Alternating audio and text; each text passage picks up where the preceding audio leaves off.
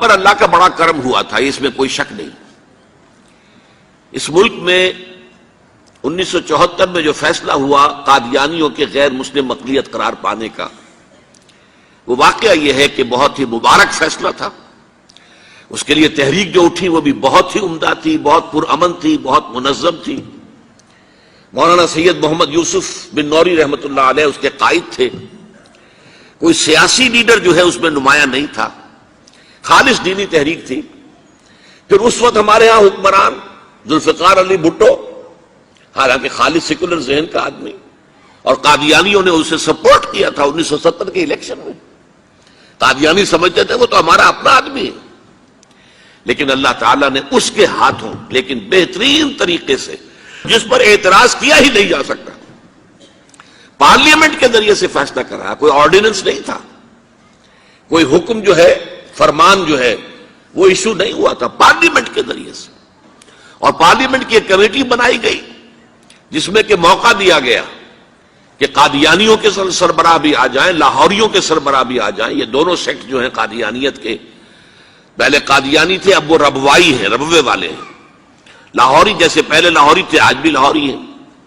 ان دونوں کے سرکردہ لوگوں نے آ کر وہاں پر اس کمیٹی کے سامنے پیش ہو کر بیانات دیے اور کہا، کھل کر کہا۔ ناصر احمد اس وقت جو ہے خلیفہ تھا ان کا، مرزا طاہر احمد کا غالباً بڑا بھائی مرزا ناصر احمد۔ انہوں نے کہا ہم نبی مانتے ہیں، غلام احمد قادیانی کو ہم نبی مانتے ہیں، ڈنکے کی چوٹ کہا۔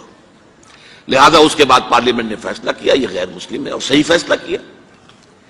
لیکن یہ فیصلہ ادھورا ہے، یہ بات آج میں پہلی مرتبہ کہہ رہا ہوں، اسے نوٹ کر لیجیے۔ قادیانیت کے فتنے کو کوئی گزند نہیں پہنچا ہے ان کے غیر مسلم قرار دیے جانے سے۔ وہ فتنہ جوں کا توں پنپ رہا ہے، جوں کا توں پھیل رہا ہے، جوں کا توں وہ اپنے سرطان کی جڑیں پھیلا رہا ہے ہمارے معاشرے میں۔ اور ویسے یہ کہ عالمی سطح پر انہیں بڑی سرپرستی حاصل ہو گئی ہے، پوری دنیا جو ہے، مغربی دنیا، وہ ان کی سرپرستی کر رہی ہے۔ لیکن یہ کہ اندرون ملک بھی اس فتنے کا قلع قبا اگر ہو سکتا تھا تو صرف اس وقت جبکہ اس فیصلے کا جو قانونی اور منطقی تقاضا ہے وہ بھی پورا کیا جاتا، اور وہ یہ کہ مرتد کو قتل کی سزا دی جاتی۔ اسلام میں مرتد کی سزا قتل ہے۔ وہی میں نے آپ سے عرض کیا، حضرت ابوبکر صدیق کے زمانے میں کیوں قتال کیا گیا، اور جتنے بھی لوگوں نے نبوت کے دعوے کیے انہیں کیوں قتل کیا گیا ہمیشہ اسلام کی تاریخ میں۔